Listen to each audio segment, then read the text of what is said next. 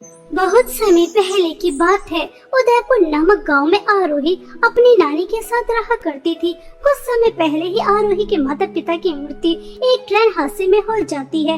आरोही के पिता अपनी छोटी सी जमीन में सब्जियां उगाते थे और उन्हें बेचा करते थे। अपने पिता की मृत्यु के बाद आरोही भी उसी जमीन में सब्जियां उगाती थी और उन्हें बेचा करती थी। सब्जियां बेचकर उसे जो भी कुछ पैसे मिलते थे उसी से वह अपना और अपनी नानी का पालन पोषण करती थी। इसी गांव में आरोही की एक बहुत अच्छी दोस्त थी नैना, जो बहुत अमीर थी। उसे धन दौलत की कोई कमी नहीं थी। जहां आरोही एक छोटी सी झोपड़ी में रहा करती थी, वहीं दूसरी तरफ नैना महल जैसे घर में रहा करती थी।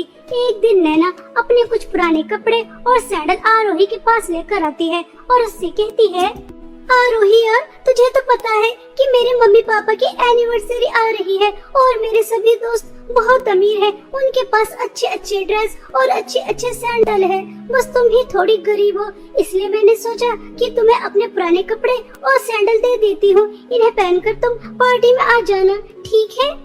नैना, तुमने मेरे बारे में इतना सोचा, मुझे बहुत खुशी हुई। लेकिन मैं किसी की उतरन नहीं पहनती।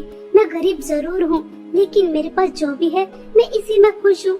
और अगर तुम्हें मुझे इस हाल में देखकर पार्टी में बुरा लगेगा तो ठीक है, मैं पार्टी में नहीं आऊंगी। तुम अपने अमीर दोस्तों के साथ एंजॉय कर लेना। ठीक है, अगर तुम्हें इन पुराने कपड़ों की कोई जरूरत नहीं है तो मैं डस्टबिन में फेंक दूंगी। मुझे लगा था कि तू ऐसे हाल में मेरे मम्मी पापा की एनिवर्सरी में आएगी तो सब तेरा कितना मजाक उड़ाएंगे। बस यही सोचकर मैं तेरे पास आ गई। लेकिन तुम्हें जैसा आना है तो मेरे मम्मी पापा की एनिवर्सरी पार्टी में आ जाना, ठीक है? ऐसा कहकर नैना वहाँ से चली जाती है और आरोही अपनी जमीन से ताजी ताजी सब्जियाँ लेती है और उन्हें बाजार में बेचने चली जाती है। सब्जी ले लो सब्जी, हरी हरी ताजी ताजी सब्जी ले लो। पालक, धनिया, मेथी, मटर, गाजर, टमाटर, आलू। सब्जी ले लो सब्जी, ताजी ताजी सब्जी ले लो। इस तरह से आरोही इतनी तेज कड़कड़ाती धूप में अपनी सब्जियां बेच रही थी। आज आरोही के पास बहुत कम ग्राहक आते हैं, मगर उसकी जितनी भी सब्जियां बिकती है वह उन्हें के पैसे लेकर घर जा रही थी। तभी उसे सामने एक बेकरी नजर आती है, जिसे देखकर आरोही सोचती है, मैं रोज इसी रास्ते से गुजरती हूँ और इस बेकरी पर हमेशा इसी तरह से भीड़ लगी रहती है। आजकल सब लोग अपना जन्मदिन मना रहे हैं ना, एनिवर्सरी सेलिब्रेट करते हैं, छोटी छोटी बात को सेलिब्रेट करते हैं, इसलिए सब केक खरीदते हैं, पेस्ट्री खरीदते हैं। नानी को भी तो बहुत अच्छे केक बनाने आते हैं, लेकिन अब वह केक तो बना नहीं सकती, लेकिन मुझे बनाना सिखा तो सकती है। अगर मैं भी बेकरी खोल लूँ तो हाँ, मुझे नानी से बात करनी चाहिए, यही ठीक रहेगा। ऐसा सोचकर आरोही घर वापस आ जाती है और अपनी नानी से कहती है, नानी जी, आपको पता है आजकल केक बहुत ज्यादा तादाद में बिक रहे हैं, इसलिए मैं सोच रही थी अगर मैं भी छोटी सी बेकरी खोल लूँ तो सब्जियां बेचने से ज्यादा पैसे तो मिल ही जाएंगे। इतनी तेज कड़कड़ाती धूप में एक गली से दूसरी गली सब्जियां बेचती रहती हूँ और पैसे भी ज्यादा नहीं मिलते। बेकरी होगी तो उसके अंदर बैठकर आराम से केक बेचती रहूंगी। और आपको तो केक बनाने बहुत अच्छे आते हैं, आप मुझे केक बनाना सिखा देना। हाँ बेटा, सोच तो तुम बिल्कुल सही रही हो, मगर बेटा हम गरीब हैं, हमारे पास इतने पैसे कहाँ से आएंगे कि हम बेकरी खोल सकें। बेकरी खोलने में तो बहुत ज्यादा पैसे लग जाएंगे। हमारे पास तो कोई जमा पूंजी भी नहीं है, सोने की चीज भी नहीं है जिसे बेचकर हम बेकरी खोल सके। सब्जी बेचकर तुम बस इतने ही पैसे कमा पाती हो कि हम बहुत मुश्किल से 2 समय का खाना खा पाते हैं। मेरी दवाइयाँ भी समय पर नहीं आती, इतना बड़ा काम हम कैसे कर सकते हैं बेटा? नानी जी, आप इस बात की चिंता मत कीजिए। आपको पता है ना, जमींदार सूद पर पैसे देते हैं, तो बस बेकरी खोलने के लिए हम अपने इस छोटे से मकान को गिरवी रख देंगे और जब बेकरी चलने लगेगी तो पैसे जमा करके अपने घर को छुड़ा लेंगे। देखना नानी जी, मुझे पूरी उम्मीद है कि हमारी बेकरी बहुत अच्छी चलेगी। कृपया करके मान जाइए ना। आरोही की नानी मान जाती हैं और आरोही खुशी खुशी अपने घर के पेपर लेकर जमींदार के पास जाती है और उनसे कहती है, जमींदार जी, आप सूद पर पैसे देते हो ना, तो ये लीजिए मेरे घर के पेपर और मुझे सूद पर पैसे दे दीजिए। कुछ ही समय में मैं आपके पैसे लौटा दूंगी और अपने घर के पेपर वापस ले जाऊंगी। यह घर के पेपर तो कोई खास नहीं है, छोटा सा ही घर है, तुम्हें ज्यादा पैसे नहीं मिलेंगे। आरोही जमींदार से थोड़े से पैसे लेकर आ जाती है और साथ में केक बनाने का सामान भी, और अपनी नानी से केक बनाना सीखती है। और थोड़े ही समय में आरोही बहुत अच्छे केक बनाने लगती है और वह अपनी एक छोटी सी बेकरी खोलती है जिसमें वह अपने हाथ के बहुत ही स्वादिष्ट केक बनाकर लगाती है। ऐसे ही 1 दिन 2 दिन 3 दिन बीत जाते हैं, लेकिन आरोही के पास एक भी ग्राहक नहीं आता और वह उदास होकर घर चली जाती है। तभी आरोही की नानी आरोही से कहती है, आरोही बेटा, लगता है आज भी तुम्हारा कोई केक नहीं बिका, तभी तुम इतनी उदास नजर आ रही हो। हाँ नानी जी, आज भी मेरा कोई केक नहीं बिका। लगता है मेरी बेकरी छोटी है ना, इसलिए कोई भी ग्राहक मेरे पास आ ही नहीं रहा। मगर नानी, मैं कोशिश करती रहूंगी, क्योंकि कोशिश करने वालों की कभी हार नहीं होती। और देखना, एक दिन मेरी बेकरी बहुत अच्छी चलने लगेगी, आप परेशान मत होइए। ऐसा कहकर आरोही अपनी नानी और खुद को दिलासा देती है और अगले दिन दोबारा से अपनी बेकरी पर जाती है। तभी उसके पास उसकी दोस्त नैना आती है और उससे कहती है, अरे यार आरोही, यह तो तूने बहुत अच्छा किया जो तूने बेकरी खोल ली। आज मेरी मम्मी पापा की एनिवर्सरी है ना, तो मैं तेरी बेकरी से ही केक लेकर जाऊंगी। 5 अलग-अलग वैरायटी के केक पैक कर दे, 2 वनीला, 2 स्ट्रॉबेरी और 1 चॉकलेट। हाँ, और तू भी समय पर आ जाना, ठीक है? ऐसा कहकर नैना उसकी बेकरी से 5 केक ले जाती है। शाम को आरोही भी पार्टी में चली जाती है। आरोही की बेकरी की केक सभी को बहुत ज्यादा पसंद आते हैं। सब केक की बहुत तारीफ करते हैं और नैना से बेकरी का पता पूछते हैं, तो नैना सबको बताती है कि यह उसकी दोस्त आरोही की बेकरी है। और अगले दिन से आरोही की बेकरी पर लाइन लगना शुरू हो जाती है, क्योंकि उसके हाथ से बने केक बहुत ही ज्यादा टेस्टी थे। आरोही बहुत ज्यादा खुश थी, क्योंकि अब उसके घर के हालात पहले से बेहतर हो जाते हैं। लेकिन कहते हैं ना कि गरीब की यहाँ खुशियाँ ज्यादा दिन तक टिकती नहीं है। आरोही के सामने एक बहुत बड़ी बेकरी थी, जिसके पास अब ग्राहक आने कम हो जाते हैं। तभी उस बेकरी की मालकिन कंचन सोचती है, जब इस आरोही की बच्ची ने बेकरी खोली थी तो मुझे लगा था छोटी सी है, चलेगी नहीं, लेकिन अब देखो, देखते ही देखते कितनी चलने लगी है। मेरे ग्राहक कम होने लगे हैं। मैं इसे आसमान की ऊंचाइयों पर उड़ने नहीं दूंगी, मुझे इसके पर काटने होंगे, वरना मेरा धंधा चौपट हो जाएगा। और मेरा धंधा चौपट हो जाए, नहीं नहीं, ऐसा मैं होने नहीं दूंगी। अब देख मैं तेरे साथ करती क्या हूँ, मुझसे बच के तो दिखा। ऐसा सोचकर कंचन आरोही को बर्बाद करने का प्लान बना लेती है। और वहीं दूसरी तरफ आरोही बहुत खुश थी और वह अपनी नानी के लिए नई साड़ी और समोसे और चाउमीन, बहुत सारा खाने का सामान लेकर जाती है और अपनी नानी से कहती है, नानी जी, मैंने आपसे कहा था ना कि मैं हार नहीं मानूंगी, कोशिश करती रहूंगी, क्योंकि कोशिश करने वालों की कभी हार नहीं होती। और देखिए, अब मेरी बेकरी पहले से कितनी अच्छी चलने लगी है। बस अगर इसी तरह से चलती रहेगी तो कुछ ही दिनों में मैं घर के कागज भी छुड़ा लूंगी। नानी, आपके लिए साड़ी और समोसे चाउमीन लेकर आई हूँ, यह लीजिए, इसे खा लीजिए। हाँ बेटा, तुमने बिल्कुल सही कहा, कोशिश करने वालों और मेहनत करने वालों की कभी हार नहीं होती।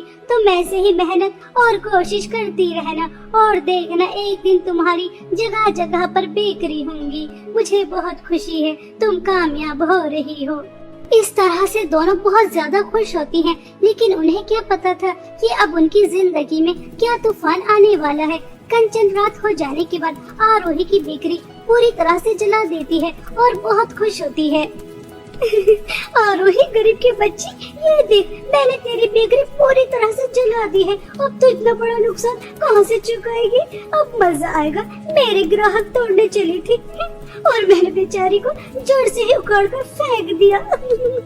ऐसा सोचकर कंचन बहुत ज्यादा खुश हो रही थी। सुबह होने के बाद आरोही खुशी खुशी अपनी बेकरी पर आती है तो उसके पैरों तले जमीन खिसक जाती है, क्योंकि बेकरी पूरी तरह से जल चुकी थी। यह देखकर आरोही बहुत फूट फूट कर रोती है। अरे नहीं, यह क्या नर्त हो गया? मेरी बेकरी तो पूरी तरह से जल गई। इसके अंदर कितना सारा सामान रखा था, वह भी सब जलकर राख हो गया। अब मैं मेरे घर को कैसे छुड़ाऊंगी? नानी की दवाइयाँ, खाना पीना कैसे करूंगी? यह जिसकी दुकान है वह तो मुझसे इसके पैसे मांगेगा। यह सब क्या हो गया? मेरी खुशियों को किसकी नजर लग गई?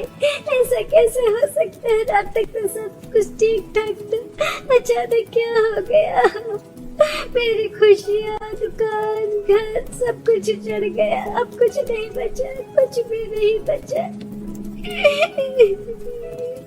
ऐसा सोच सोचकर आरोही बहुत ज्यादा रो रही थी। आरोही को रोता हुआ एक परी देख लेती है तो आरोही के ऊपर उसे बहुत तरस आता है और वह आरोही के पास जाती है और उससे कहती है, आरोही, तुम्हारे साथ जो भी कुछ हुआ बहुत गलत हुआ। मैं तुम्हारी मदद करना चाहती हूँ। आओ मेरे साथ चलो मेरी जादुई सोने और चांदी की केक की नदी के पास। वह परेशान और अच्छे लोगों के काम आती है। तुम बहुत अच्छी हो, हमेशा दूसरों की मदद करती हो। मैंने देखा कि तुम किस तरह से गरीब बच्चों को अपनी बेकरी से केक देती हो। जिसका दिल इतना अच्छा हो उसके साथ बुरा नहीं होना चाहिए। आओ मेरे साथ चलो मेरी जादुई सोने और चांदी की केक की नदी के पास।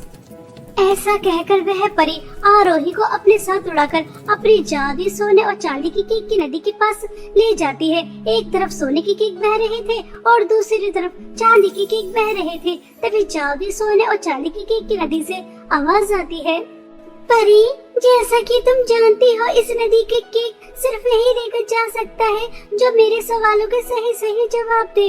तो मैं इस लड़की से कुछ सवाल पूछती हूँ। अगर यह अपनी परीक्षा में पास हो गई तो मैं इसे जादुई सोने और चांदी की केक की नदी से जादुई केक दे दूंगी। सुनो लड़की, तुम्हारे सामने दो बच्चे भूखे हैं और तुम्हारे पास सिर्फ एक रोटी है, लेकिन वह बच्चे काफी समय से भूखे हैं। अगर वह तुमसे एक रोटी मांगेंगे तो उस समय तुम क्या करोगी? मैं उस समय उन दोनों बच्चों को आधी आधी रोटी खिला दूंगी, क्योंकि मेरी नानी हमेशा मुझसे कहती है भूखे लोगों को खाना खिलाना बहुत पुण्य का काम होता है। इसलिए मैं एक समय भूखे रहकर इतना सारा पुण्य कमाना चाहूंगी।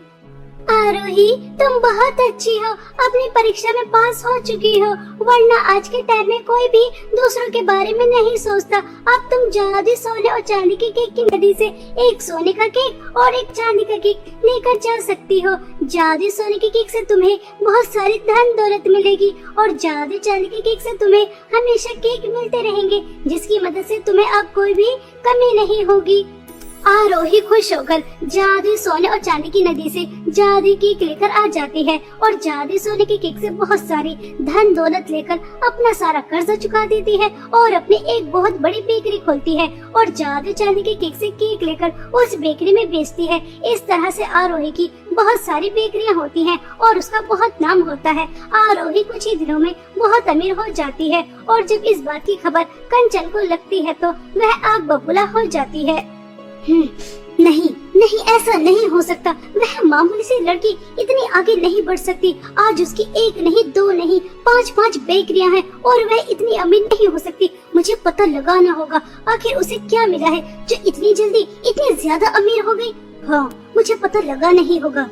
ऐसा सोचकर कंचन उसके घर जाती है तो उसे पता चल जाता है कि जादुई सोने और चांदी की केक की मदद से वह इतनी अमीर हुई है और एक दिन मौका देखकर वह जादुई सोने का केक चुराकर लेकर आ जाती है और घर आकर उससे कहती है, ये है जादुई सोने का केक, इससे जो भी कुछ मांगते हैं ये दे देता है। ए जादुई सोने का केक, मुझे बहुत सारी धन दौलत दे, इतनी सारी धन दौलत कि मुझसे ज्यादा अमीर कोई और ना हो और वह आरोही की बच्ची दोबारा से गरीब हो जाए, उसके पास कुछ भी ना रहे। जल्दी से तू मुझे बहुत सारी धन दौलत दे दे।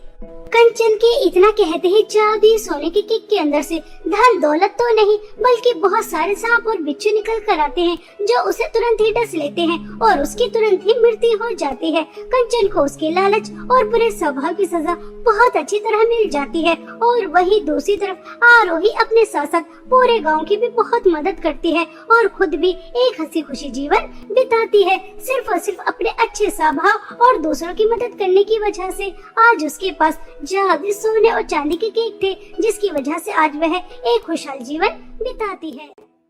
बहुत समय पहले की बात है। रामपुर नामक गांव में काजल अपनी सौतेली मां कावेरी और सौतेली बहन नैना के साथ रहा करती थी। कावेरी और नैना दोनों ही बहुत ही ज्यादा दुष्ट और बुरे स्वभाव की थी। वह बेचारी काजल को बिल्कुल भी पसंद नहीं किया करती थी। काजल के पिता शहर में काम किया करते थे और वह जब भी आते थे तो कावेरी और नैना उनके सामने काजल से बहुत प्यार करती थी और जैसे ही वह शहर चले जाते तभी कि वह अपने असली रूप में आ जाती और बेचारी काजल की बहुत ज्यादा पिटाई भी क्या करती थी। घर का सारा काम उसी से ही कराती और पहनने के लिए भी फटे पुराने कपड़े देती और खाने के लिए 2 दिन में सिर्फ एक ही बार देती थी। और अगर काम करने में कुछ गलती हो जाती, कुछ टूट फूट जाता तो उसकी बहुत ज्यादा पिटाई भी क्या करती थी। ऐसे ही दुखों की भरी जिंदगी काजल अपनी सौतेली माँ और सौतेली बहन के साथ जी रही थी और ऐसे ही समय काट रही थी। ऐसे ही एक दिन काजल के पिता शहर से गांव आ रहे थे, तभी रास्ते में उनका एक्सीडेंट हो जाता है और उस एक्सीडेंट में उनकी मृत्यु भी हो जाती है। कुछ लोग राम प्रकाश की डेड बॉडी को घर लेकर आ जाते हैं, जिसे देखकर काजल बहुत ही ज्यादा फूट फूट कर रोती है। नहीं नहीं पिताजी, आप मुझे इस तरह से अकेला छोड़ के नहीं जा सकते। माँ तो मुझे पहले ही छोड़ के चली गई और अब आप भी। आप शहर से 1 महीने में 1 बार आते थे, लेकिन आपको देखकर मुझे बहुत सुकून मिलता था। मेरी सब थकान, दुख, तकलीफ दूर हो जाती थी। आपने बिल्कुल भी अच्छा नहीं किया इस दुनिया से जाकर पिताजी। पिताजी अपनी आंखें खोलिए और अपनी बिटिया को देखिए। मैं आपके बिना कितनी अकेली है, कितनी उदास है, कितनी दुखी है। पिताजी, पिताजी अपनी आंखें खोलिए। इस तरह से काजल बहुत रो रही थी।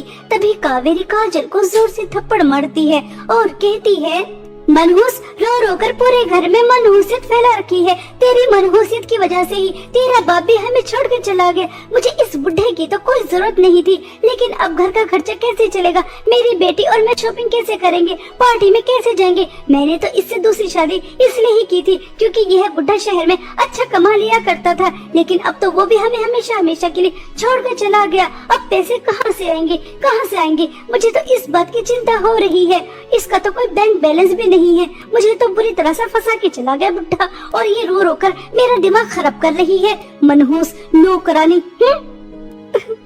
माँ, ये आप कैसी बातें कर रही है?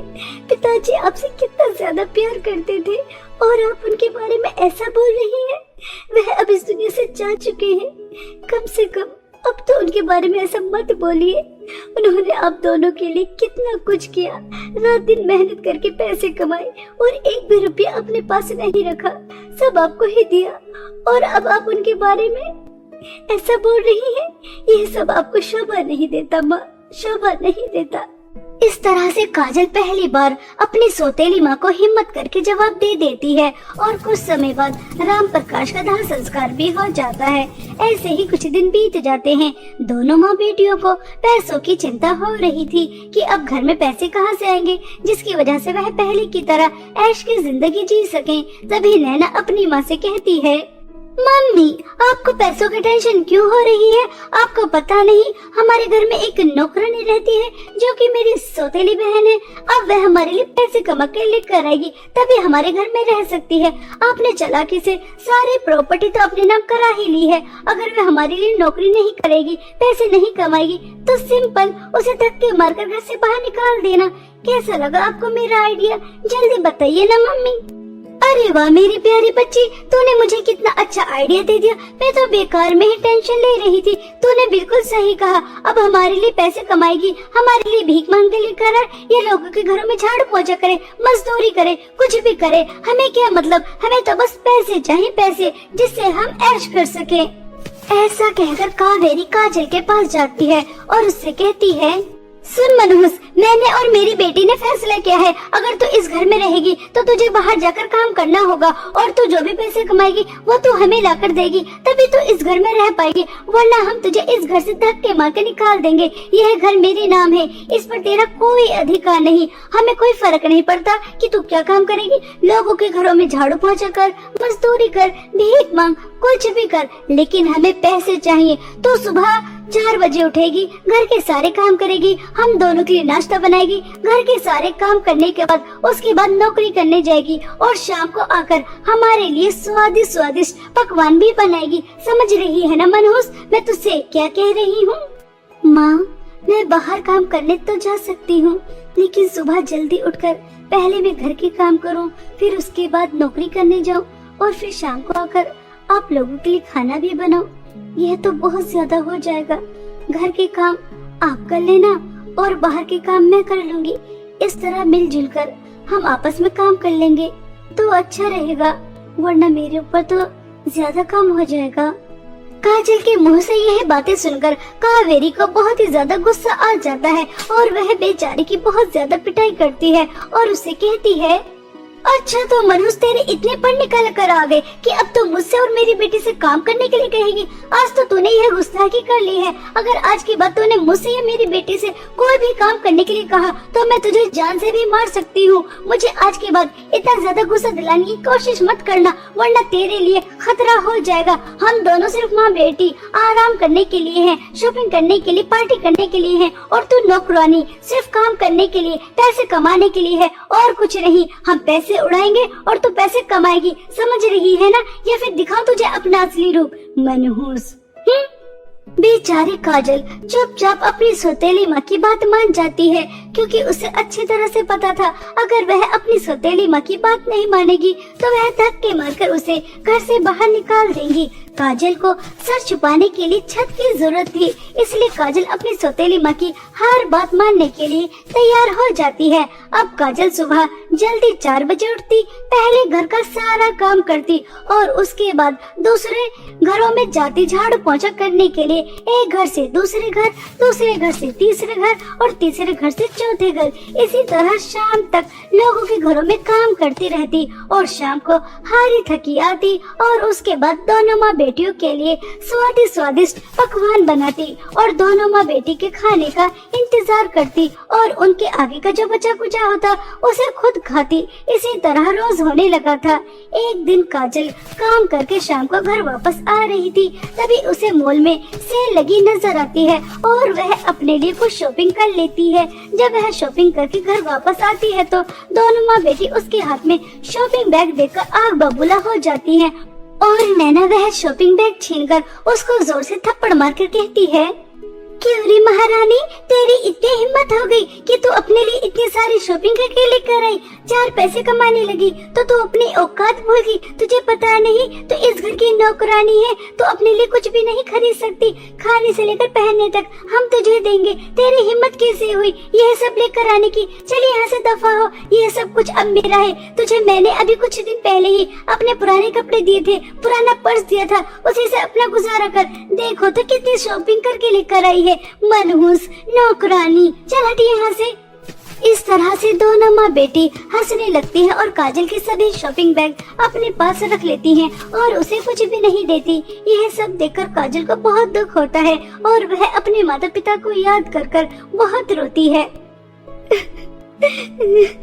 माँ, पहले आप मुझे अकेला छोड़ के चले गए, फिर पिताजी भी मुझे अकेला छोड़ के चले गए। आप दोनों को मुझे इतनी जल्दी छोड़ के जाने की क्या जरूरत थी? क्या आप दोनों को मेरे ऊपर जरा भी तरस नहीं आया? क्या आप दोनों के बिना यह मेरी जिंदगी कैसी हो जाएगी? मेरी जिंदगी नहीं लग रही। ऐसा लग रहा है जैसे बस मैं कोई रोबोट हूँ, काम करने के लिए ही बनी हूँ। मेरे अंदर तो इमोशंस है ही नहीं। मेरी सौतेली और सौतेली बहन मेरे ऊपर कितना जुल्म और अत्याचार कर रही है। आपको तो सब दिखाई दे रहा होगा। काश मैं भी आप लोगों के पास आ जाती तो कितना अच्छा रहता। कम से कम ऐसी जिंदगी से तो छुटकारा मिल जाता जैसी मैं जी रही हूँ। अपने लिए एक सूट भी नहीं खरीद सकते, एक पर्स भी नहीं खरीद सकते। देखिए, थोड़ी सी शॉपिंग की वो भी मुझसे छीन ली। ऐसा सोचकर काजल बहुत ज्यादा रोती है और वह दोबारा से अगले दिन जल्दी उठती है, घर का सारा काम करती है और लोगों के घरों में झाड़ू पोंछा करने के लिए निकल जाती है। काजल काम करने के लिए जा रही थी, तभी उसे रास्ते में एक बूढ़ी औरत मिलती है। बहुत सारा सामान लेकर जा रही थी, लेकिन उनसे चला नहीं जा रहा था। तभी काजल उनकी मदद करती है, उन्हें उनके घर तक छोड़कर आती है। तभी वह बूढ़ी औरत काजल से कहती है, बेटा, तुम कितनी अच्छी हो। मैं कितनी दूर से आ रही थी, मुझे इतने सारे लोग भाग मिले, लेकिन किसी ने मुझे देखकर मेरी मदद करने के लिए नहीं कहा, और जैसे ही तुमने मुझे देखा तुरंत तुमने मेरी मदद की। खुश रहो बेटा, खुश रहो।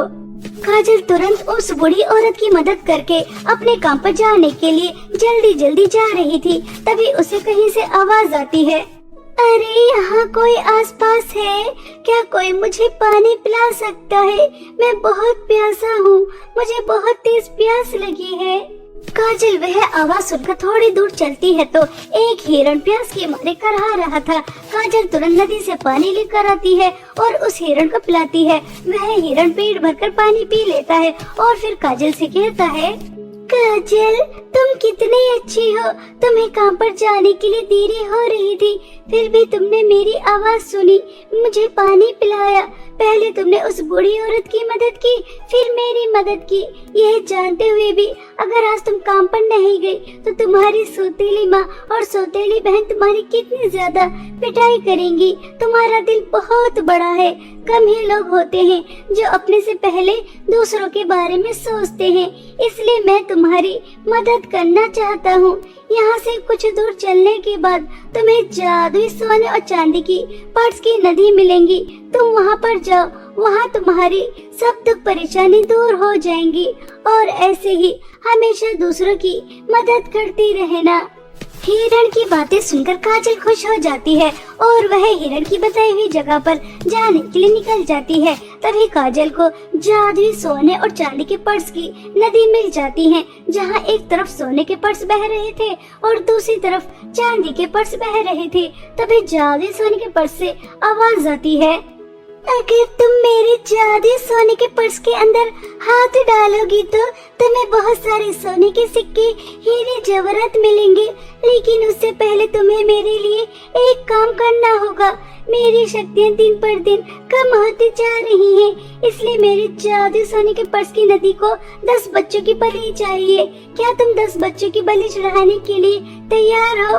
तभी तुम्हें यह जादुई सोने का पर्स मिलेगा और तुम इस दुनिया पर राज करोगी। तुमसे ज्यादा अमीर कोई और हो ही नहीं सकता। काजल, मेरी भी शक्तियाँ दिन पर दिन कम होती जा रही है, लेकिन मैं तुमसे 10 बच्चों की बलि नहीं मांगूंगा। बस तुम 1 महीने तक लगातार 100 बूढ़ी औरतों की मदद करना, उनकी सेवा करना और दोबारा से मेरे जादुई चांदी के पर्स की नदी में डुबकी लगाना, तो मेरी शक्तियाँ वापस आ सकती हैं। लेकिन उसके बदले तुम्हें कुछ नहीं मिल सकता, बस मैं जीवित रह सकता हूँ और मेरे पास तुम्हें देने के लिए कुछ नहीं है। अगर तुम ऐसा नहीं करोगी तो कुछ दिन बाद मैं खत्म हो जाऊंगा। अब तुम्हारे हाथ में है कि तुम मेरी मदद करना चाहती हो या फिर धन दौलत प्राप्त करने के लिए 10 बच्चों की बलि चढ़ाने के लिए तैयार हो। जादुई चांदी के पर्स की नदी, मैंने सोच लिया है मुझे क्या करना है। मैं धन दौलत का लालच नहीं करूंगी। अगर मेरी वजह से किसी का भला हो जाता है तो इससे अच्छी बात क्या ही होगी। हमेशा मेरी माँ समझाती थी कि दूसरों की मदद करना चाहिए, धन दौलत का कभी लालच नहीं करना चाहिए। धन दौलत क्या है, एक न एक दिन वह खत्म ही हो जाती है, लेकिन अगर तुम किसी की मदद करते हो तो वह हमेशा तुम्हें याद रखता है और मुसीबत के समय तुम्हारी मदद भी जरूर करता है। इसलिए मैं तुम्हारी मदद करना चाहती हूँ, मुझे धन दौलत नहीं चाहिए। ऐसा कहते ही काजल वहाँ से जाने लगती है। तभी जादुई चांदी के पर्स की नदी से आवाज आती है, काजल, तुम्हें यहाँ से जाने की कोई जरूरत नहीं है। तुमने धन दौलत का लालच नहीं किया, तुमने दूसरों की मदद करने का फैसला किया। मैं तो बस तुम्हारी परीक्षा ले रही थी और कुछ नहीं। तुम अपनी परीक्षा में पास हो चुकी है। अब तुम जादुई चांदी के पर्स की नदी से एक जादुई चांदी का पर्स लेकर जा सकती हो। जब भी तुम इसके अंदर हाथ डालोगी तो तुम्हें पैसे ही पैसे मिलेंगे। इस जादुई चांदी के पर्स के पैसे कभी खत्म नहीं होंगे। जादुई चांदी के पर्स की नदी की बातें सुनकर काजल खुश हो जाती है और अब वह अपनी सौतेली माँ के घर वापस नहीं जाती। जादुई चांदी के पर्स से पैसे निकालती है और अपने लिए एक सुंदर सा घर खरीदती है और एक बहुत बड़ी शॉप खोलती है, जिसके अंदर वह बहुत सुंदर सुंदर पर्स रखती है और गांव के गरीब और परेशान लोगों की भी बहुत मदद करती है। इस तरह काजल अपनी सौतेली माँ से बहुत दूर एक हंसी खुशी जीवन बिता रही थी। ऐसे ही एक दिन दोनों माँ बेटी पर्स खरीदने जाती हैं, तो वह काजल की ही शॉप पर जाती है और काजल को देखकर हैरान हो जाती है। मम्मी, यह इस नौकरानी की शॉप है। यह कितनी ज्यादा अमीर होगी। इस नौकरानी ने जरूर कहीं लंबा हाथ मारा है, तभी तो यह हमारा घर छोड़कर यहाँ आकर इतनी दूर शहर में बस गई और अपनी इतनी बड़ी शॉप भी खोल ली। नहीं नहीं बेटा, अगर यह नौकरानी चोरी करती तो इतनी खुलेआम काम नहीं करती। चक्कर कुछ और है, पता लगाना ही होगा। ऐसा सोचकर दोनों माँ बेटी काजल के ऊपर नजर रखने लगती हैं और एक दिन काजल आधी चांदी के पर्स से पैसे निकाल रही थी और उसी समय उन्हें पता चल जाता है कि काजल के पास चांदी का पर्स है, जिसे देखकर दोनों माँ बेटी बहुत खुश होती हैं और एक दिन मौका देकर उसे चुरा भी लेती हैं और जैसे ही चुराकर अपने घर लेकर आती हैं और उसके अंदर हाथ डालती हैं तो उसके अंदर से बहुत सारे सांप निकल कर आते हैं और दोनों माँ बेटी को तुरंत ही डस लेते हैं। दोनों माँ बेटी की तुरंत ही मृत्यु हो जाती है और उन्हें उनके लालच और बुरे स्वभाव की सजा बहुत अच्छी तरह मिल जाती है और जादू चांदी का पर्स दोबारा से काजल के पास पहुंच जाता है, जिसकी मदद से वह अपने साथ साथ औरों की भी जिंदगी में खुशियां लेकर आती है और खुद भी एक हंसी खुशी जीवन बिताती है।